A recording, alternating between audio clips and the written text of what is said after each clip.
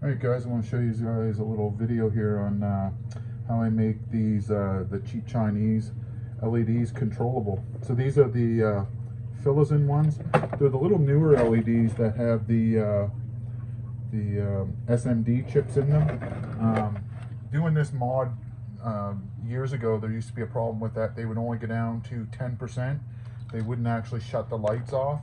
But now it seems that when you go to 0%, the lights turn off. And the only thing that happens is the fans keep running full time. So you will have to put these on a timed outlet to be able to shut that off, or I guess you could leave the fans run full time, but that's probably not the best idea. But anyway, so the way that I do this mod is on your Neptune Apex, there's these little plugins with the blue right there. Them are variable speed ports. Most of the older head units had them, or you can get a variable dimming module that has those ports. And what you're going to do is, the way I did it was, I did it a couple of different ways, but this is the neatest way that I've done it so far, and probably the quickest way to do it too. So I'd like to have, with these lights, I like to daisy chain them. You know, the next tank that I'm setting up, I'm going to have 4 in a row, and I'm going to run 4 of them off of one feed wire. So I want to have one plug for the information to go in, the variable speed, the variable voltage to go in, and then I want to be able to have another plug in to go out and go to the next light. So you can buy these cords off of Amazon. They're pretty cheap. They're you know, you can get, I think I got 10 of them for like 35 bucks or something like that. 3 footers is what I bought, because I figured 3 feet between the lights is going to be more than enough.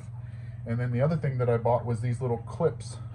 They're like a female Cat 6 things, and you can open these up like this, and then you put the little wires in there, and then they just, you don't even got to strip them. You just open them up, set the wires in there, and then there's little, it's hard to get it focused, there's little metal prongs stick up, and when you push it shut, it pokes a hole through and it makes the connection. So the way I did this was, when I took the little dials out, I just bought this for my drill, one of these variable drill bits, or whatever you want to call them. And for I got lucky that all I got to do is push this one all the way through, and it makes the perfect size hole for these things to clip in nice and tight. So the way that I did this was, the wires that come out of the variable ports, there's only 4 wires out of the 6 or 8 or whatever there is. I think there's 8 wires actually that is in it. But what I've been doing is I've been using, and it's on these things as well, there's little color codes. You can see that there's, like, on this side there's a solid orange, and then there's a striped orange, and there's you know, right through, then there's a blue and a striped blue, a green and a striped green. Well, the ones that you're going to want to use on this are I've been using is the solid orange will be the ground for the for the white channel. The striped orange will be the ground for the power for the white channel, and then the striped blue will be the positive for the blue channel, and the solid green is going to be the ground for the blue channel. So when you take the knobs off, what I did was I did one at a time. So I undid the blue channel. You know, you take and unplug it, and then you clip the wires off, and then you can you know, put them into these little clips here. And then the thing is, it's a little bit complicated, but I'm going to try to explain it the best I can. I just took an old Cat 6 cable like this, and I just took it apart, and I used the same color coded wires that I end up using. So I used the striped blue, the solid orange and striped orange, and the solid green, and I just, you know, cut off little 3-inch pieces, you know, and put each one of them coming out of these plugs here in their appropriate spots, and then I doubled them up and fed them into one of these little snap connectors. So you can see the 2 striped oranges come into this one, the 2 solid oranges go into this one, and then go to the negative and positive for the white channel. And then on this other little 2 connectors, there's a stripe it blue and the solid green coming out of these two little clips, and then they go to the blue channel. Stripe it blue is going to be positive, solid green is going to be negative.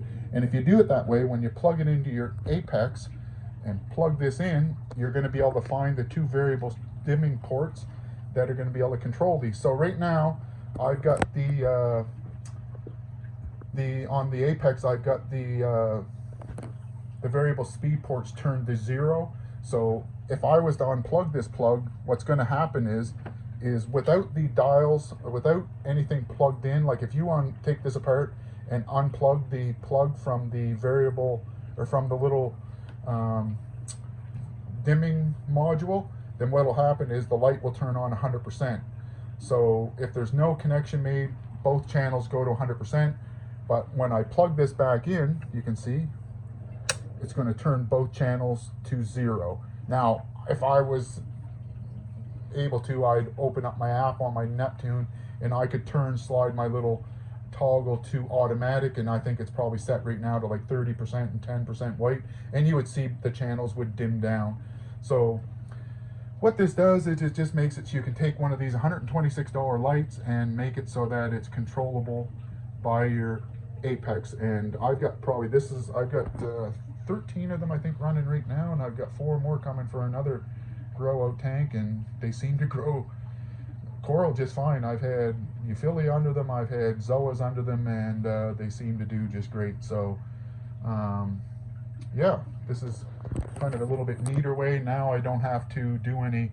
The last time I did this, I had to make some little cables up. I don't know where the little ends are at. Oh yeah, I bought these little 4-pin plugs, and I had a couple of those hanging out, but I had to do a whole bunch of taping and wiring and, you know, putting ends on these little cables. Well, now I can just order the 3-foot cables, and one's going to be for the information going in, and then this will go out to the next light, and then I'll have 2 into the next light, and so on and so forth. On the last light, I really only got to put 1, because there won't be any need to pass that information on, or for the cable to keep going. So I'm going to put this light back together, and if you guys have any questions or comments, just don't hesitate to ask.